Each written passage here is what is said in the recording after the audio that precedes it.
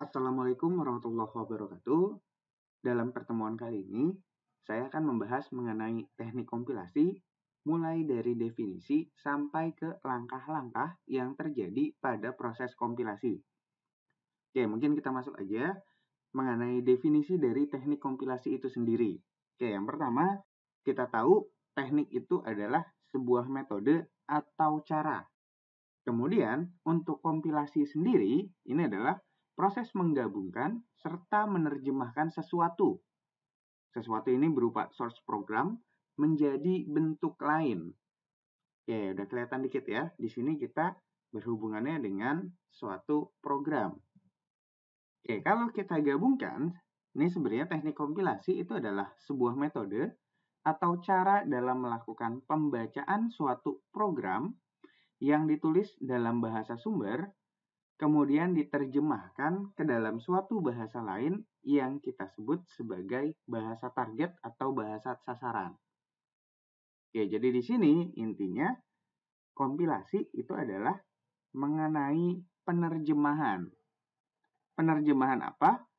Dari sebuah bahasa sumber menuju ke bahasa sasaran. Oke, kalau kita lihat juga di sini ya, kompilasi di sini asal katanya bukan compilation, tapi asal katanya itu adalah compiler. Di mana di sini disebutkan bahwa compiler itu adalah to translate a program written in a high-level programming language into machine language. Oke, jadi di sini sudah terlihat jelas lagi bahwa pada proses kompilasi kita akan melakukan translation dari sebuah high-level programming language ke mesin language. Oke, udah kebayang ya? Nah, sekarang kita lihat dulu. Apa sih high-level programming language atau mesin language itu? Oke, dari bahasa pemrograman sendiri, biasanya yang dikenal itu ada 4. Yang pertama, kita sebut sebagai bahasa mesin.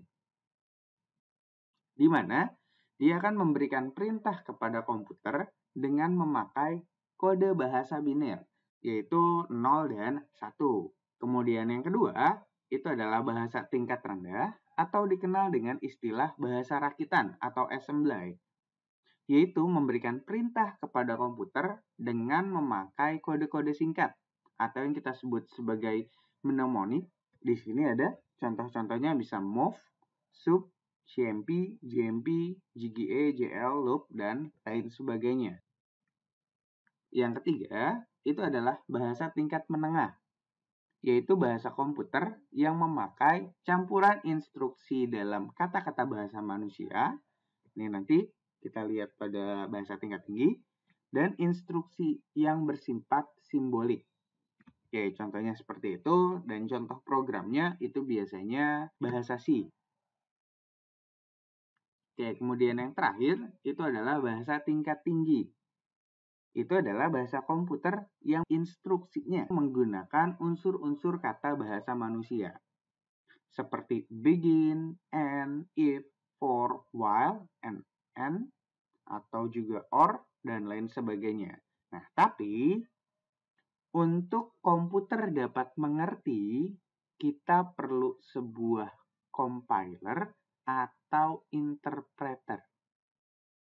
Oke, jadi di sini kita jelas juga bahwa kenapa kita perlukan sebuah compiler atau sebuah interpreter atau secara garis besar itu sebuah translator, karena pemrograman sekarang itu biasanya memang menggunakan bahasa tingkat tinggi. Dan si komputer agar dia mengerti apa yang kita maksudkan, kita harus ubah dari bahasa tingkat tinggi ini ke bahasa yang dimengerti komputer. Itu adalah bahasa mesin. Oke, jadi di sini untuk bahasa tingkat tinggi contohnya ya seperti Basic, Visual Basic, Pascal, Java, PHP, dan lain sebagainya. Oke, di sini mudah-mudahan udah kebayang kenapa kita perlukan sebuah compiler dalam tiap pemrograman. Oke, di sini pun kita harus catat bahwa istilah tingkat tinggi dan tingkat rendah itu sebenarnya sih relatif. Di mana awalnya bahasa rakitan sebagai bahasa tingkat rendah, sementara COBOL, C, dan lain-lainnya itu kita anggap sebagai bahasa tingkat tinggi. Nah, tapi sekarang banyak programmer juga yang menganggap bahasa C sebagai bahasa pemrograman tingkat rendah. Karena apa? Karena bahasa pemrograman tersebut mengizinkan akses memori secara langsung dengan menggunakan alamatnya. Dan juga kita dapat menggunakan beberapa direktif bahasa rakitan. Oke, itu mengenai bahasa pemrograman. Oke, jadi tadi kita sudah mempelajari mulai dari bahasa mesin, bahasa tingkat rendah, tingkat menengah, dan juga bahasa tingkat tinggi. Oke, sekarang di sini kita akan mempelajari mengenai translator itu sendiri. Di mana translator itu adalah suatu program atau metode di mana program tersebut akan mengambil input sebuah program lain yang ditulis pada suatu bahasa pemrograman atau source language ke bahasa lain atau object on target language. Di sini kita mengenal translator itu ada assembler, ada interpreter, dan juga compiler. Oke, jadi intinya untuk translator, kita akan punya sebuah source program, kemudian kita akan translator. Nah, saat proses kita mentranslatekan, nanti akan ada sebuah pesan error. Nah, dari pesan error ini, kemudian akan kita kembalikan. Berarti kita harus mengubah source programnya. Nah, jika sudah berhasil, maka kita akan mendapatkan target program. Target program ini biasanya itu adalah sebuah mesin language. Dan untuk source program, ini bisa macam-macam. Nanti saat kita proses translasi atau proses translate, di situ akan ada juga pengecekan. Nah, makanya saat kalian sedang mengcompile, itu akan ada nanti error-error message yang harus kita perbaiki. Oke, kita akan masuk ke translator yang pertama, itu adalah assembler, di mana assembler ini, source code-nya itu biasanya bahasa assembly. Dan object code-nya, ini sudah pasti, itu adalah bahasa mesin. Oke, penggambaran prosesnya, untuk pada assembler, ini biasanya ada source text file, ini bentuknya .asm, dia akan masuk ke dalam sebuah assembler. Oke, kemudian ini langsung ditranslatekan oleh si assembler ini ke dalam bahasa mesin. Ini dalam bentuk binary code. Oke, yang pasti untuk assembler ini pasti prosesnya akan lebih cepat. Karena dia hanya langsung dari .asm, dari source text file assembly, ke dalam bahasa mesin. Nah, tapi untuk programmer-programmer awal akan kesulitan dalam mempelajari si bahasa assembly-nya ini. Oke, itu untuk di assembler. Berarti keuntungannya dia pasti lebih cepat. Tapi ya kita agak sulit untuk mempelajari, terutama bagi programmer-programmer yang baru. Oke, kita lihat untuk yang kedua itu adalah interpreter. Ya, kalau untuk interpreter ini sebenarnya sebuah perangkat lunak yang mampu mengeksekusi kode program lalu menerjemahkannya ke dalam bahasa mesin. Sehingga mesin akan melakukan instruksi yang kita minta. Nah, tapi di sini interpreter tidak membangkitkan objek code. Dan hasil transaksinya atau hasil dari translate-nya itu hanya dalam bentuk internal. Nah, kalau kita lihat, nah di sini untuk interpreter berarti source code dan input dia langsung dijalankan. Masuk ke dalam interpreter. Kalau dia ada kesalahan, kita akan perbaiki lagi nanti lewat source code-nya. Nah, dari sini nanti dia akan langsung muncul output. Nah, output-nya ini biasanya dia tidak dalam bentuk exe atau executable program. Jadi dia hanya langsung menginterpretasi saja.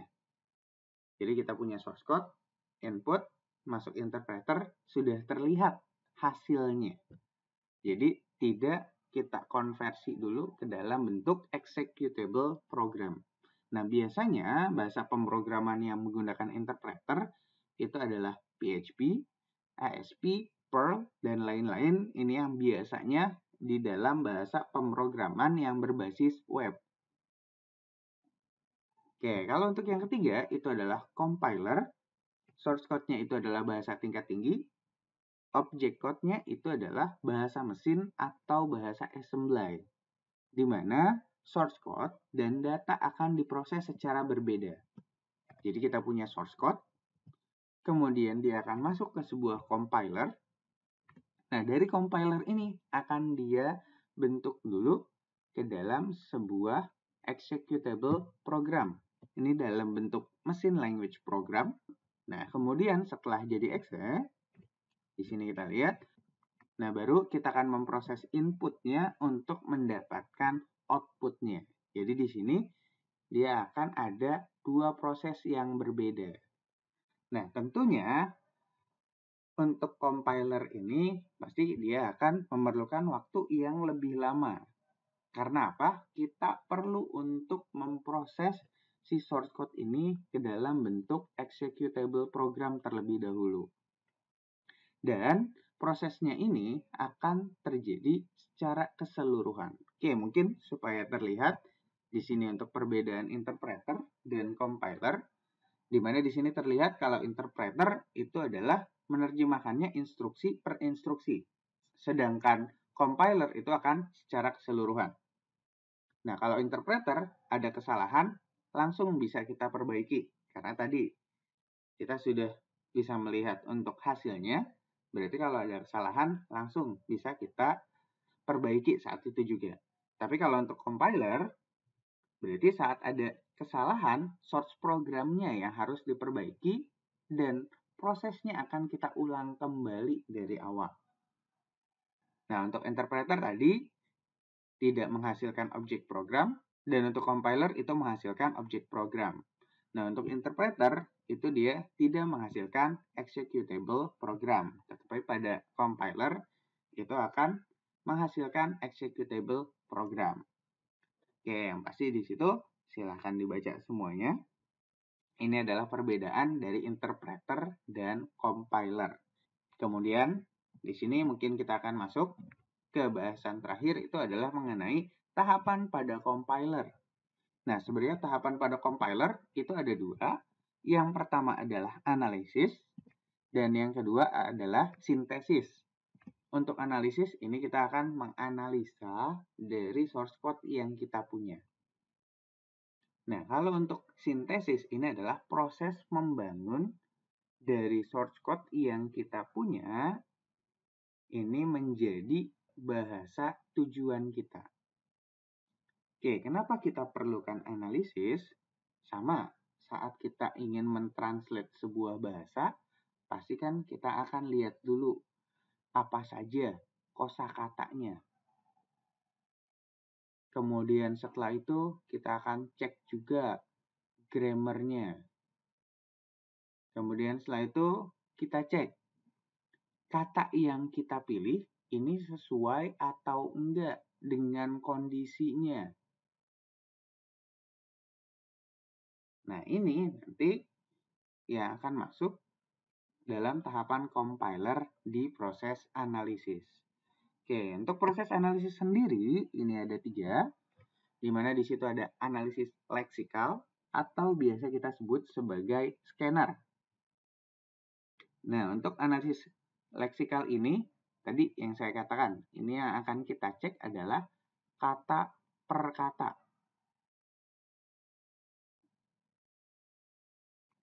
Nah, dari kata per kata ini, nanti kita akan masukkan dia ke dalam token-tokennya. Oke, jadi satu persatu semua kata per kata akan kita cek. Nah, kemudian untuk yang kedua, itu adalah analisis sintak atau parser. Nah, ini yang kita akan cek, itu adalah grammarnya. Oke, di sini berarti kita akan mencek grammarnya itu sudah sesuai atau enggak. Misal, saya pengen menambahkan sebuah bilangan, berarti kan kalau kita tuliskan itu adalah misal 5 ditambah 3. Ini grammarnya sudah sesuai. Ada bilangan, kemudian operasi penjumlahan, kemudian juga ada bilangan yang kedua. Nah, kalau kita tuliskannya seperti ini, 3, 5 plus, ini bukan sebuah grammar untuk penjumlahan. Oke, itu kalau untuk di grammar. Nah, kalau untuk di analisis semantik, tadi kita akan sesuaikan grammar dengan kata per kata. Sesuai atau enggak. Biasanya di sini akan kita cek adalah tipe datanya. Misal tadi, saya punya X tambah Y. Kalau X-nya dia integer dan Y-nya integer, ini berarti sesuai. Nah, tapi kalau X-nya dia sebuah string dan Y-nya misal sebuah float atau integer, ini berarti tipe datanya tidak akan sesuai. Oke, mungkin untuk bahasan mengenai 3 analisis ini kita akan pelajari lagi di bahasan-bahasan kita selanjutnya. Dan untuk tahapan sintesis itu juga ada 3. Yang pertama, dari hasil analisis tadi, kita akan ubah dulu dia ke dalam bentuk kode antara atau di sini pada proses intermediate code generator. Kita akan menggunakan pohon parsing. Oke, dari intermediate code generator ini nanti kita akan ubah dia nanti ke dalam bentuk quadruple, bisa juga triples, atau three-eyed code. Ini nanti juga kita akan pelajari di pertemuan kita selanjutnya. Oke, kalau untuk code optimization, kita akan mengoptimasi kode yang kita dapat pada kode antara ini, misal untuk mempercepat prosesnya dan lain sebagainya. Oke, jadi di sini untuk proses optimasi saja, jika memang dimungkinkan. Nah, kemudian untuk code generator, ini baru kita akan jadikan dia bahasa tujuan kita atau mesin language-nya. Oke, di sini berarti 2 tahapan pada proses compiler, analisis, dan sintesis. Di mana masing-masing tahapan juga ada 3 tahapan lagi. Oke, jadi di sini nanti akan ada source program. Dia akan mulai dari analisis leksikal sampai ke pembentukan code generator sampai kita dapatkan target programnya. Nah, tapi dari tiap-tiap tahapan ini, dia juga nanti akan ada simbol table manager dan juga error handler. Di mana nanti akan berbeda-beda error handler saat kita dianalisis leksikal, analisis sintak, atau analisis semantik, atau juga yang proses sintesisnya. Oke, jadi di sini prosesnya ini adalah satu proses keseluruhan, di mana berarti jika ada kesalahan, kita akan memperbaiki dari awal source programnya. Berarti jika itu sudah diperbaiki, kita akan compile lagi.